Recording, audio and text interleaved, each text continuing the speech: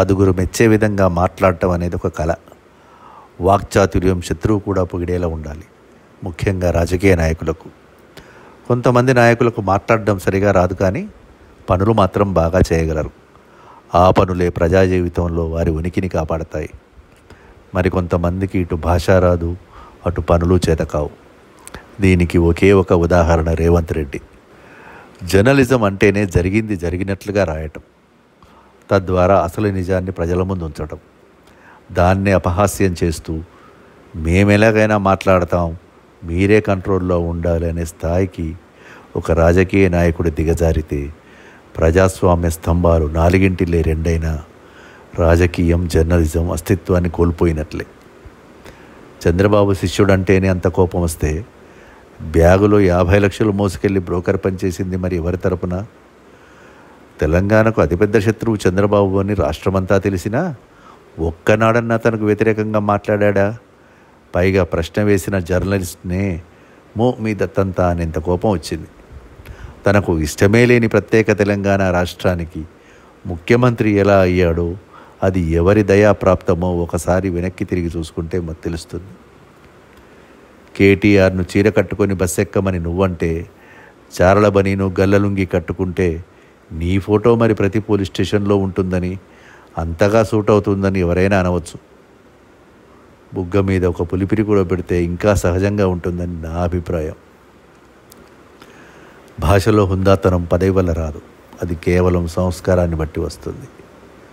ఒకటి జన్మతః సంస్కారం, ఇది పుట్టుకతో వచ్చేది, పూర్వజన్మ సుకృతం. రెండవది కుటుంబ సంస్కారం, ఇది తల్లిదండ్రుల పెంపకం, కుటుంబ నేపథ్యం వల్ల వచ్చేది. మూడవది విద్యా సంస్కారం, ఇది చదువు వల్ల అబ్బేది.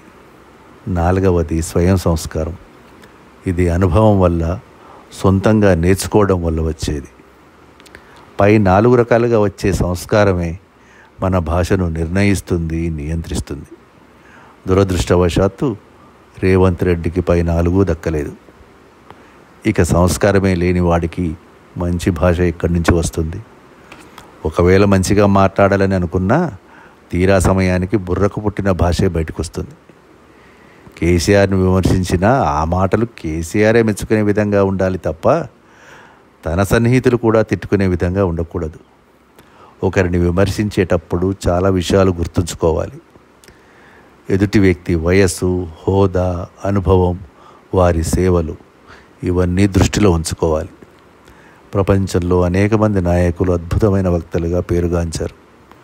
వారి ప్రసంగాలు ఎంతోమందిలో స్ఫూర్తిని రగిలించాయి. బరాక్ ఒబామా, జర్మనీ మాజీ ఛాన్సలర్ ఏంజెలా మెర్కెల్ ప్రసంగాలకు ప్రపంచవ్యాప్తంగా ఎంతో పేరుంది. అంతెందుకు, తెలంగాణ ఉద్యమ సమయాన కేసీఆర్ స్పీచ్లకు జనాలు ఊగిపోయేవారు. ఆ ఉద్యమ స్ఫూర్తి అలా రగిలించి రాష్ట్రం సాధించేంత వరకు నిలిపే ఉంచాడు.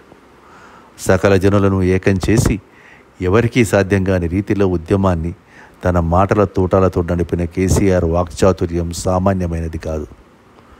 అయితే ఆయన కూడా పరుషంగా మాట్లాడిన సందర్భాలు ఉన్నాయి, కానీ నీచమైన వ్యక్తిగత దూషణలకు ఎప్పుడూ దిగలేదు.